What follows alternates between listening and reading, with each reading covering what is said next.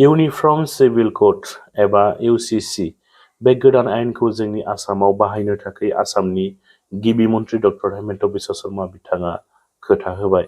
दा बे गोदान आयेनखौ जोंनि आसामाव बाहायमारोब्ला जोंनि थाखाय बा बर'फोरनि थाखाय मा मा खहा जानो हागौ बिनि सोमोन्दै एडभोकेट बिकास बड'सा बिथाङा खौरां बिजोङाव गुवारैनो फोरमायनानै होदों। रायजोफोर नोंथांमोना नायनानै लालाय।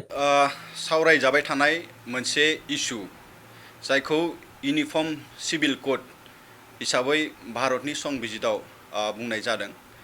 आसामनि चिफ मिनिस्टार बिथाङाबो रायखांदों जे फैबाय थानाय जि आसाम एसेम्ब्लिनि जि सिटिं नैबे सिटिंआव इउनिफर्म सिभिल कोडनि बिलखौ बिथाङा लाबोगोन बा सावरायगोन होननानै बे बाथ्राखौ बिथाङा बुंबाय थानाय जादों।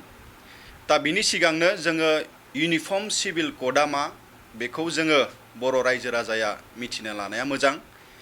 दा इउनिफर्म सिभिल कोडआ भारतनि संबिजिताव डाइरेक्टिभ प्रिन्सिपल्स अफ स्टेट पलिसिनि आर्टिकल 44 नैबेयाव लिरजाना दोनजानाय। नैबे डाइरेक्टिभ प्रिन्सिपल्स अफ स्टेट पलिसिनि थांखियानो जाहैबाय बियो मोनसे गाइडिं प्रिन्सिपल जे जाय खुंथाय गोहोआनो भारतखौ खुङा मानो जे जोंनि ओनसोल जोंनि समाज आरो नोगोरारिनि मोजांनि थाखाय नैबे डाइरेक्टिभ प्रिन्सिपल्स अफ स्टेट पलिसि जि प्रभिजनफोर दङ बा जि आर्टिकलफोर दङ नै बेखौ नायनानै बेखौ इमप्लिमेन्ट खालामनो थाखाय नाजानांगौ। आरो बिनि थाखायनो जेब्ला भारत संबिजितखौ लिरदोंमोन बेखौ इमप्लिमेन्ट खालामनाय जादोंमोन बै समावनो नैबे इउनिफर्म सिभिल कोड माने मोनसे समाव सम आरो थासारिखौ नायनानै बयबो नोगोरारिया समान मोनथाय मोननाय बायदि बयबो जेन्डार डिसक्रिमिनेसन जायालासिनो बा जोंहा गोजौ थाखोनि गाहाय थाखोनि बेखौ बासियालासिनो ल'आ बयनिबो थाखाय इउनिफर्म बा मोनसेयानो जानांगौ होननानै नैबे भारतनि संबिजिताव आर्टिकल 44 हिसाबै लिरजाना दोनजानाय। दा जोङो दिनै नुदों जे गोबां जोंहा रिजार्भेशनफोर दङ, आइजोफोरनि थाखायबो रिजार्भेशन दङ, ST SC OBC नि थाखाय रिजार्भेशन दङ। आरो जेब्ला संबिजितखौ जोङो इमप्लिमेन्ट खालामदोंमोन भारतआ नै बै समाव जोंहा जिहेतु ख्रिस्टियानफोर दङमोन लोगोसे जोंहा इस्लाम धोरोमनि फोथायारि बिथांमोन दङ आरो लोगोसे हिन्दु आरो गोबां बेबायदिनो दोरोङारि नेमखान्थिफोर जोंनि कास्टमारि प्रेक्टिसेसफोर दङ। आरो बिनि थाखायनो नैबे बिथांमोननि जि आसार खान्थि बा बिथांमोननि जि कास्टमारि प्रेक्टिसेसफोरखौ इउनिफर्म मोनसे आवथायाव लाबोआलासिनो गावबा गावनि मोनसे आयेन बायदि जे पार्सनेल ल' होननानै बेखौ सोरजिनाय जादोंमोन। जेरै मुस्लिमफ्रा मुस्लिम ल'जों पार्सनेल ल' बिथांमोनहा दङ। जेरै हिन्दु होननानै बुङोब्ला बेयाव जोंहा बुद्धिस्ट थाबाय, जैन थाबाय आरो जाय बिथांमोनहा नन मुस्लिम आरो नन ख्रिस्टियान बिथांमोनहा नैबे हिन्दु ल'नि आवथायाव फैयो। जेरै बर'फ्रा ब्रह्म समाज दङ, बाथौ समाज दङ, बिथांमोनहा हिन्दु ल'नि आवथायाव गोलैयो। आरोबाव ख्रिस्टियान धोरोमनि फोथायारि बिथांमोननि थाखाय ख्रिस्टियान मेरिज एक्ट बेबायदि मोनसे आयेन जाहाथे बिथांमोननि जिउ खुंनाय बा बिथांमोननि जि समाज बेबस्था बेबायदि जाहाथे जौगानाय फारसे आवगायलांनो हायो। बे पार्सनेल ल'खौ आलदा आलदा बेबायदि रोखोमनि जोंनि भारतनि जि आयेन बियो बेबायदि लिरजानानै दोनजादोंमोन। बेबायदिनो जोङो सोलिबाय थादों।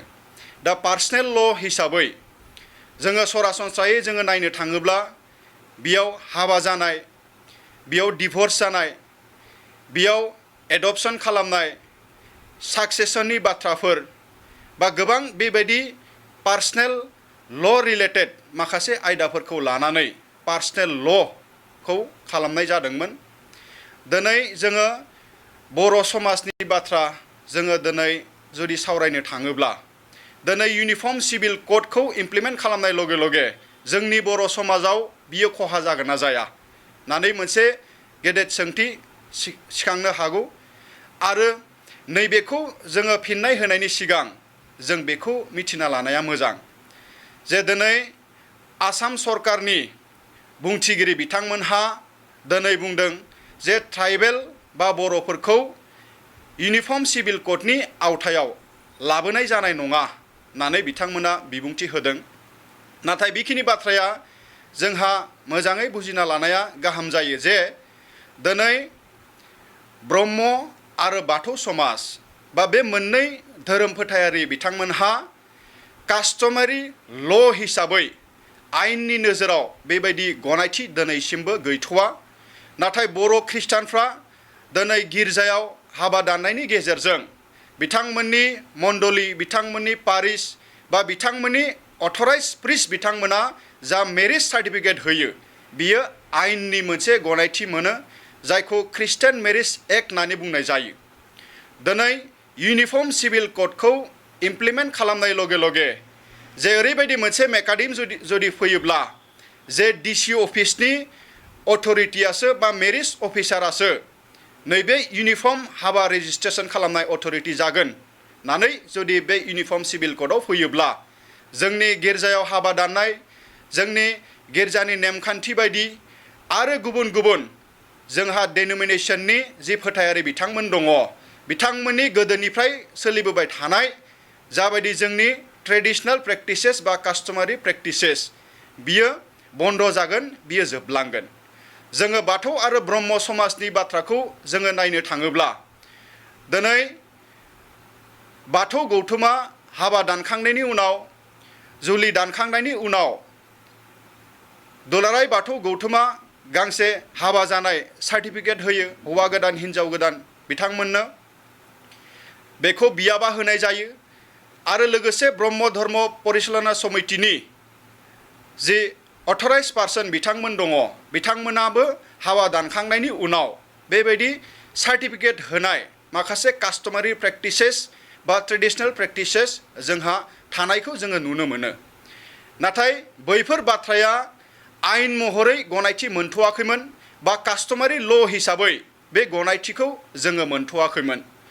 दा जोङो बर' समाज हिसाबै जोङो नुदों जे हौवा हिन्जाव गोरोबलायैयाव मोननै समाजा सावरायलायनायनि गेजेरजों मेल मिटिं लानानै मोजां मोनसे परिबेसनि गेजेरजों फाथैलाय बिसिलायनाय मोनसे बेबायदि दोरोङारि नेमखान्थि बा कास्टमारि प्रेक्टिसखौ दिनैसिमबो जोङो नुयो।